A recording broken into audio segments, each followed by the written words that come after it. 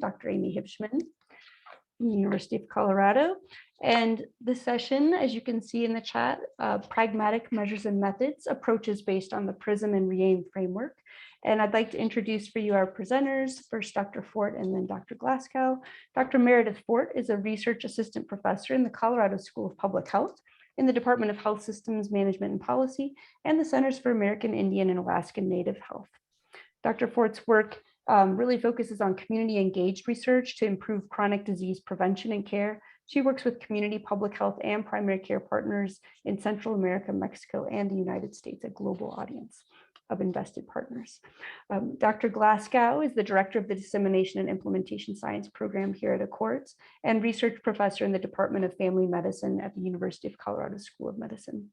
He has many claims to fame, one of which is being one of the original developers of the REAIM, PRISM and Dynamic Sustainability Frameworks. Without further ado, I'm going to turn it over to Dr. Fort. Great, thank you so much for that introduction.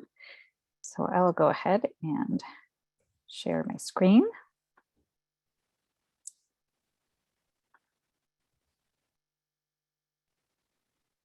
Okay, so I'll share an overview of what we plan to cover, and then I will turn it over to Russ to begin the presentation. So today, what we plan to cover is to begin with an explanation of what we mean by pragmatic, then cover the basics of PRISM and REAIM, then go over pragmatic measurement issues, general issues, PRISM context assessments, REAIM outcomes, and then capture equity related factors, and then go over some conclusions, last words, future directions, needs, cautions, and resources, and then open it up for discussion and question and answer.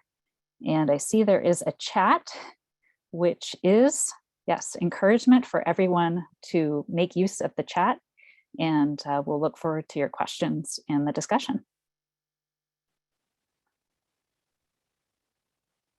Okay, thanks much, Meredith, and thanks to those of you being here. We're going to go through the slides somewhat quickly so we could have an interaction here.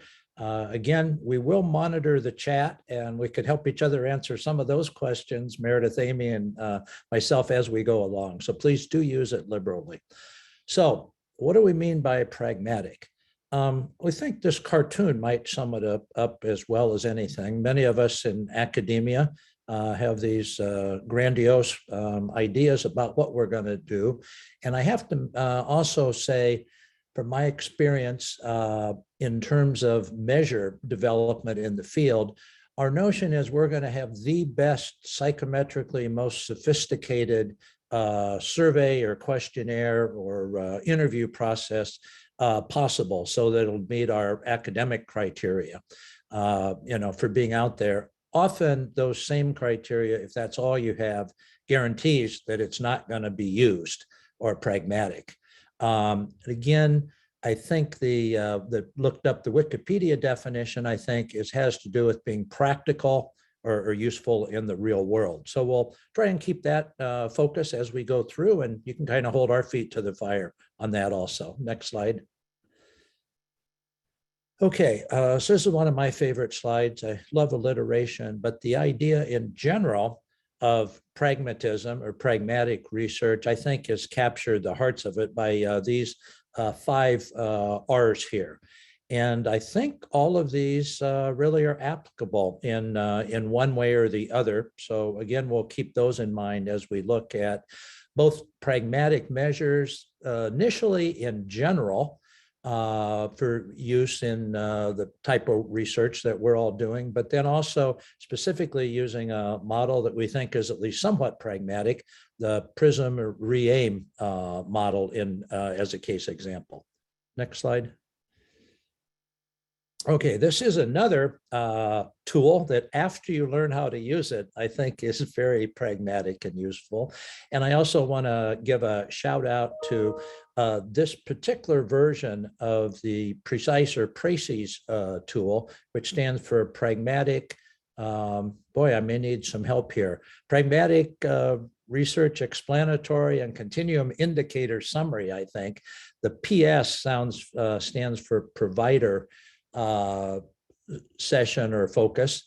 And this was developed by Wynne Norton and colleagues, and I think is a wonderful way to characterize on 9 dimensions how pragmatic versus explanatory, as folks in the UK that developed this say, where is it on the efficacy to pragmatic range? And Wynne's going to give us a talk later, I think on day 2, one of our keynotes. So I strongly refer you to that as well, because it gets around this notion of something, whether it's an intervention or a measure, being all pragmatic, or all efficacy or explanatory.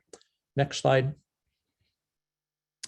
Okay, I'm going to spend a little time on this and then try and power through the rest of my slides to be sure Meredith has enough time. But we developed this about almost 10 years ago now, my colleague Bill Riley and I, trying to think about how we could do this as part of an effort to do some crowdsourcing and develop some measures that were practical or possible to use, patient-reported measures in general in the EHR. What would be possible there? And we came up with a whole list with colleagues of things. This is only about half of them. And tried to think about being pragmatic, about pragmatic criteria, and realizing it's pretty much impossible to do everything you want to do, and at the same time have a measure, at least have some measure of psychometric usefulness or validity. And so we came up, and you really could argue with these. I'd probably argue with myself here if I wanted to take time today about which are required and which are additional. But I just want to point out a couple of things that are maybe in contrast to often the criteria that are used for instruments. Number one, and I think we're getting better at this, and I apologize, the slide is 10 years old for using the term stakeholder here, but I'd say the multiple types of users and the people that are going to be impacted by this.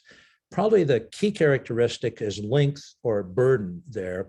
But I also want to focus on the 2 things that are in different color there in blue, and sensitive to change, or what some people call responsiveness. Often I think we want to use a pragmatic measure to show some level of improvement or change as a result of an intervention or a policy or a program. So I really think that's really under emphasized, and you seldom see that with any type of measure. And then maybe today I would put up that first one under additional criteria as really almost required too, because what good is a measure if you can't be used under pragmatic real world conditions? Again, for more discussion, I refer you both to the first paper, but then also maybe even more importantly and up to date today, groups by Drs. Stanek and others from the CERC group. There's a parallel paper in implementation, research, and practice to this led by Carol Lewis. But this talks about what are called the PAPERS criteria, which is a neat attempt to try and integrate traditional psychometric criteria with pragmatic criteria. So do kind of jot that reference down or search it on PubMed. Next slide.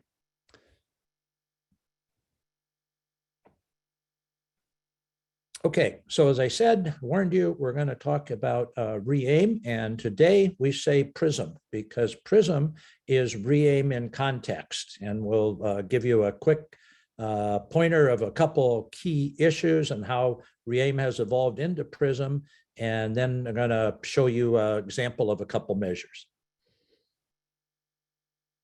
Okay, I'm assuming most of this audience knows about re-aim. If you don't, you can see here what we call our pragmatic definitions. We also have much more academic wonky ones we'll be glad to send to you, and I think are actually in this paper that's cited there. But briefly, re-aim stands for reach and impact, which is our individual, reach and effectiveness, which are individual level measures of impact, and then adoption, implementation, and maintenance, which are at the higher level, either setting or organizational, could even be community level there.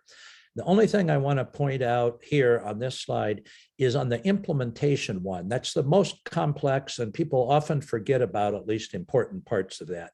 Implementation refers to not only consistent delivery of a program or fidelity, but also really importantly, as in bold there, also adaptation.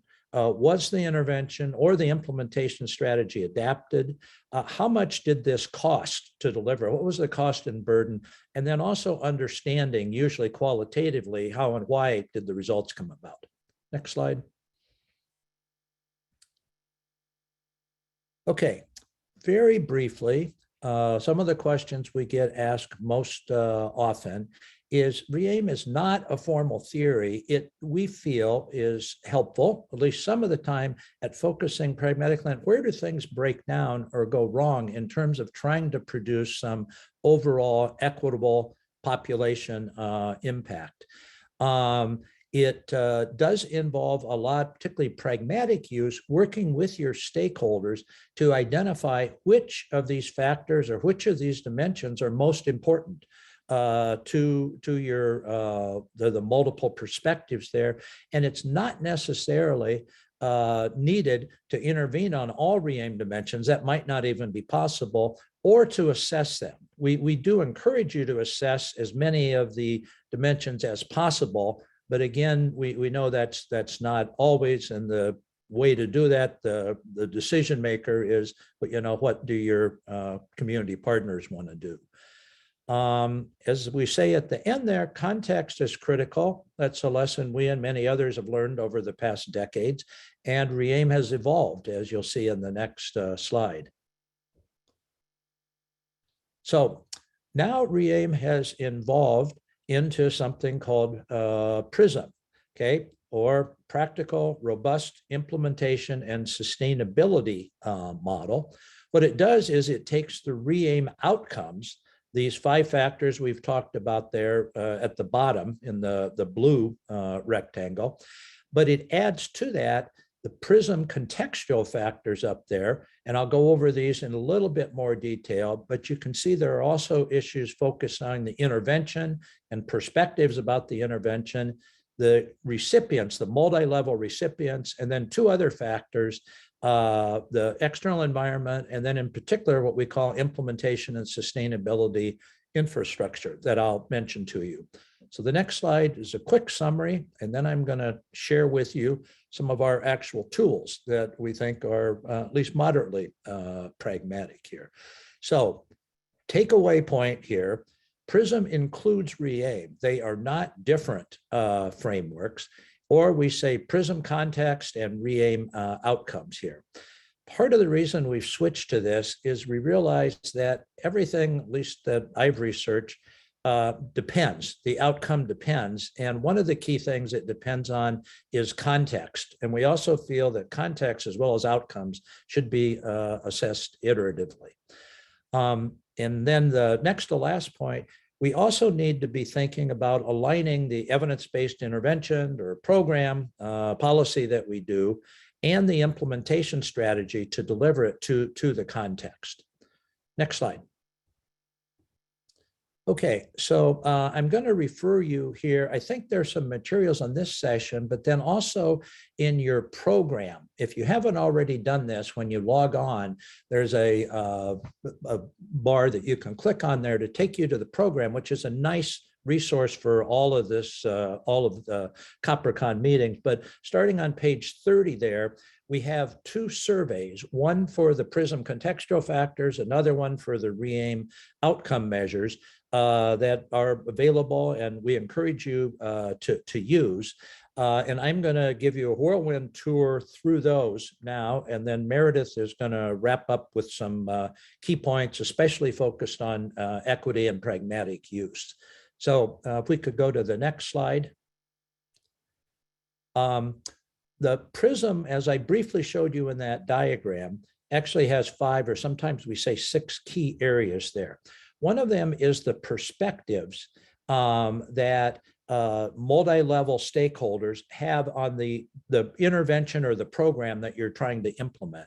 And a lot of this perspective comes from history they've had with similar things, their resources or relationships, but we think that's a critical place to start. We also, obviously, and most people, this is kind of intuitive, need to think about the characteristics that you're working with of the recipients, which includes both the community members or kind of the end beneficiaries, but also the staff and the organization, as it says there in the third bullet point. And I gave you just one in the interest of time there, a specific question, an example of the question of this brief, I think it's just a 6-item survey. And that is like, how well does your current program align with the characteristics of the organizational stakeholders? So again, that focuses on the setting, the organization that's delivering the intervention there. And then there are parallel questions on the other. And again, I refer you to our attachment and page, I don't know, that'd probably be page 31 or something of the program. Next slide. We also know, trying to walk our talk as good pragmatic scientists, that hardly ever will any measure, I just talked about a survey item, a new survey that we have, but that is incomplete in itself. So we strongly recommend both multiple methods and, where possible, mixed methods, actually, where we can learn from and go back and forth and inform the different measures. This comes from a great project that Meredith was involved in and can tell you more about.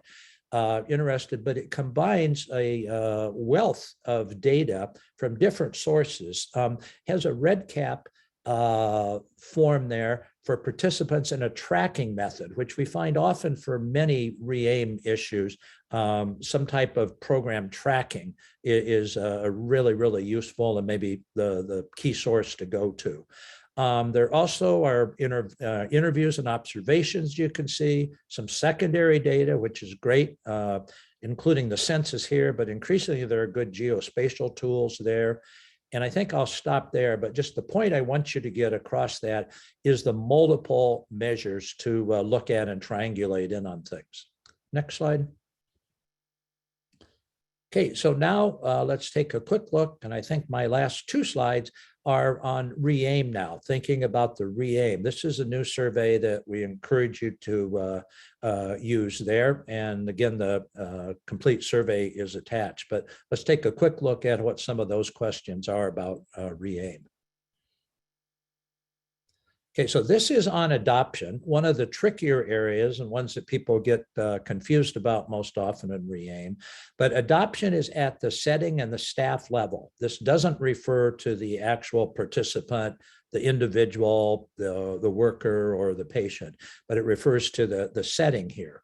So the question about adoption that we have there is an example question is, what extent is XXX, you fill in the name of your program that you're focusing on or intervention there, being adopted by a high percentage of intended settings?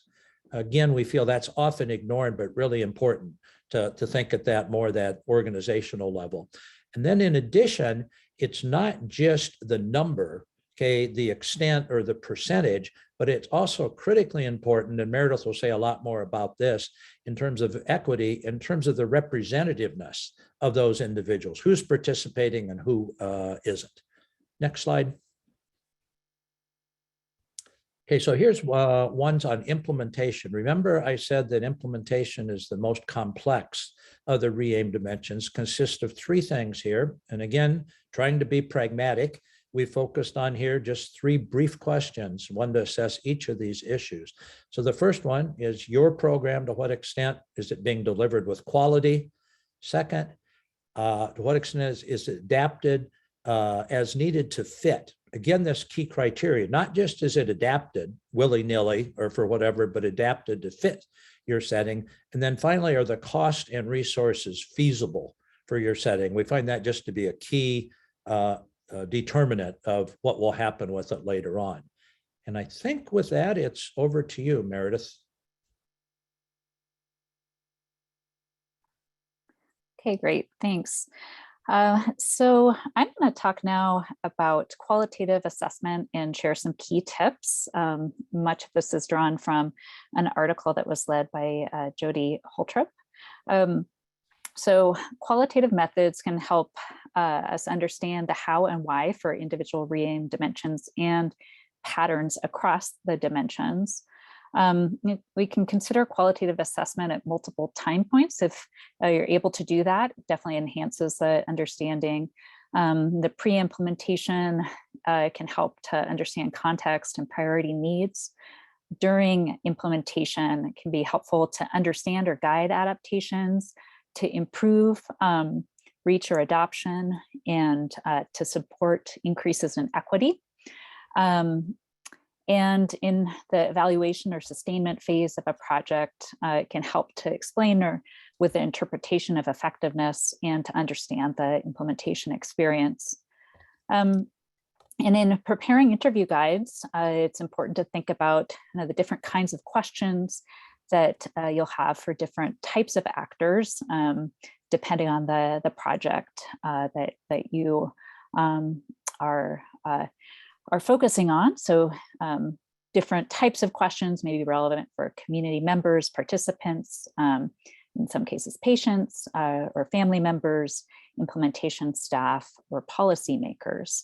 And then if you're able to combine methods, it will also deepen or improve the understanding. So combining interviews with observations or having implementer journals or the opportunities for reflections during meetings, staff meetings, or meetings of implementers. These are some thoughts that we wanted to share with you about addressing health equity with PRISM REAIM. So thinking about engagement, the importance of building relationships with community partner organizations, community members, those who are expected to benefit from the intervention, thinking about representation, and trying to elevate underrepresented voices on the research team and with partners, and understanding context and what the deep-rooted inequities are within the context and how they may be addressed, and thinking about context as is something that's dynamic, and I'll share an example of that. And reach and representativeness, so assessing who is participating, who is not, and why the intervention is missing certain people or sites. Understanding effectiveness in multiple dimensions, and thinking beyond individual level behavioral or clinical outcomes can be important for understanding equity.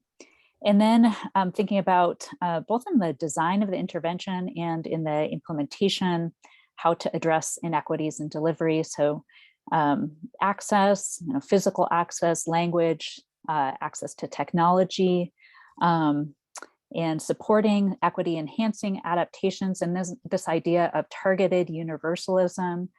So thinking about delivering action or offering actions to be implemented with an intensity and a scale that is proportional to the level of disadvantage. Also thinking about risk stratification, so offering an intervention based on different levels of need. And then promoting the assessment of equity over the long term. And what's especially important there is the implementation and sustainability infrastructure, kind of building that in as an ongoing process.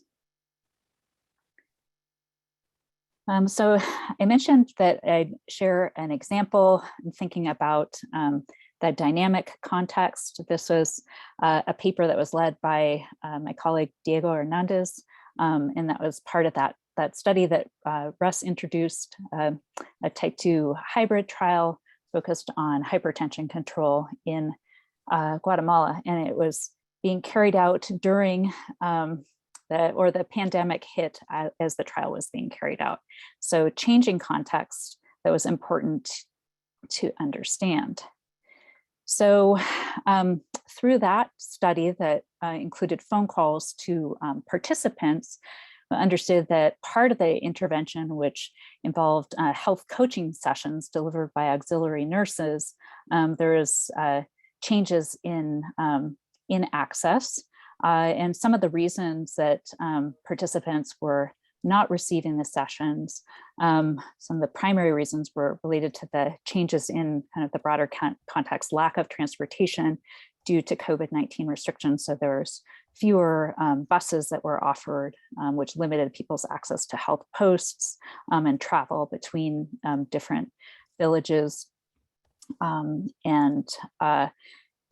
Also, auxiliary nurses were concerned about offering sessions in person, and that was something that previously hadn't been a concern for them. So that was part of the reason as well. But then we also recognized through a separate effort to make phone calls to implementers that some of the changes could enhance equity and could be continued on an ongoing basis. So there were some flexibilities that were put in place to allow family members to pick up medications that previously hadn't been an option. And also medication was in some cases being delivered to patients' homes if they were not able to travel. So those were things that we recognize it is important to understand changes and in a nuanced way. And equity issues can be considered at kind of different stages of the re-aim process, with representation and representativeness being especially important. So one way to visualize this is with a cascade. If we think about adoption at the top of the cascade as an opportunity to think about tailoring an intervention to community partners and leaders, perceptions of what is important, and also to address historical inequities.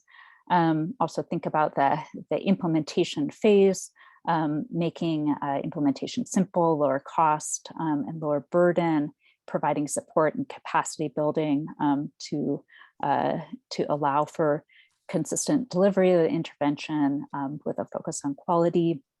And then those are both at the setting level, and then we can think about it at the participant level as well. And there are opportunities for tailoring the outreach or the promotion of a program or a service, and to try and increase access. And then also recognize that those opportunities for adaptations, especially equity enhancing adaptations, and thinking about it through the maintenance phase as well. So we'll leave with a few final thoughts, resources, and some takeaway points.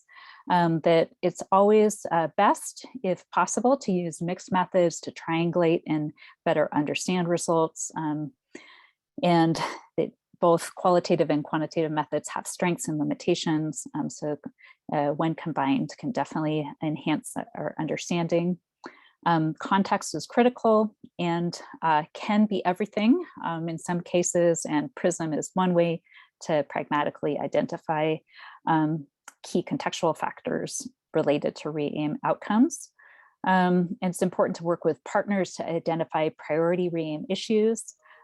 As Russ mentioned previously, it's not necessary to address all the issues, but focusing on representation is one of the things that we consider to be important. And then remembering that all of the re-aim dimensions have different opportunities for assessing equity and intervening to try to enhance equity. And then in the future, we recognize the importance of more rapid and iterative pragmatic use of re-aim and PRISM.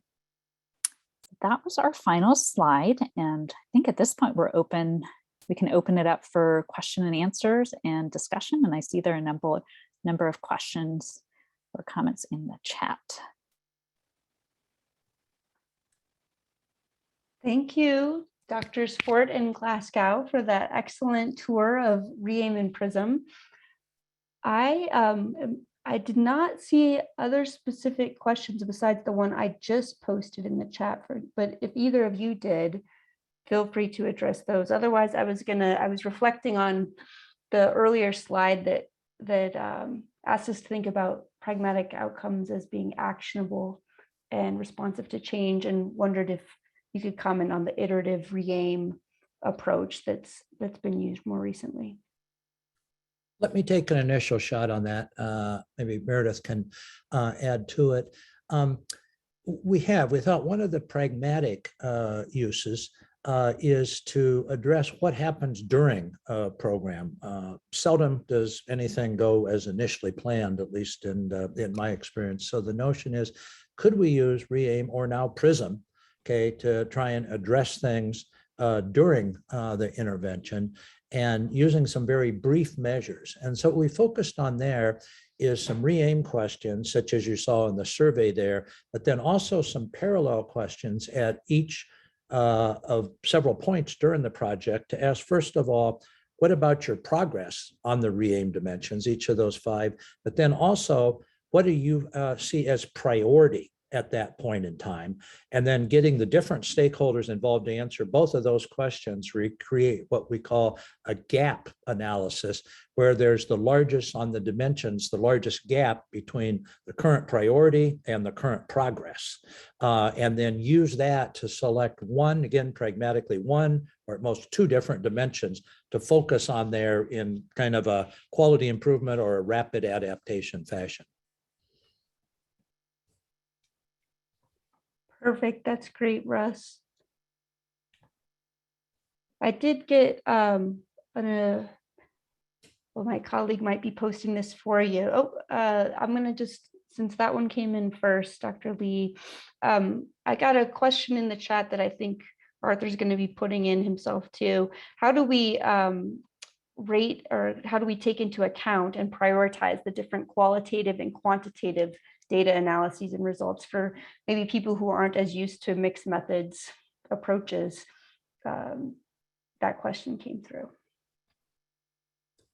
You want to go first on that one, Meredith? Yeah, I think there are a lot of considerations there, and it depends a lot on your project. But definitely starting off with defining what questions you want to answer. So thinking about qualitative methods are going to allow you to understand and respond to questions about how something worked. They'll allow you to kind of interpret or understand some of the kind of the why questions that you have. And then the quantitative results will allow you to understand what the outcomes are, the effectiveness outcomes. So ideally defining those, and we found it helpful to come up with matrices or tables and think about the different methods that would work best to allow you to answer those different questions. It's a great point, Meredith. Russ, I might just add quickly, and then we'll see if we can get on to have more questions here. We'll try to be succinct. I'd say one important lesson learned is that measuring what's easy and available is seldom the most useful or important thing. I think it's easy to default on that, and often it's easy to default to a survey. And again, we really hope these new measures, the survey questions, will be useful to people, but they seldom will get at the real questions. Meredith's more qualified to speak about than I am, understanding the how and the why. Often the more quantitative measures or the objective ones can say kind of what's the status, the what is going on out there, but really then to get an in-depth understanding that often is really needed to successfully intervene on it. I think you need to pair that with usually qualitative measures to understand the how and the why. If I might, this is Arthur, hi.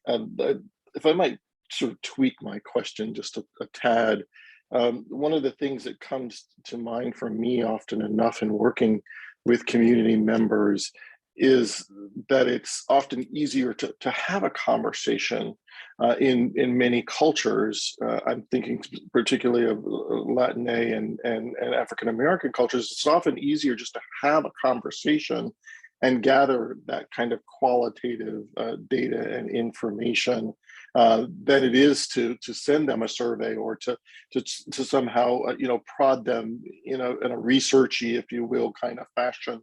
And I was just wondering if other folks are finding that to also be true, number one, and number two, then how do you again kind of prioritize these different methodologies in your analysis and in your results as you're trying to draw together this community engagement perspective and information from those communities?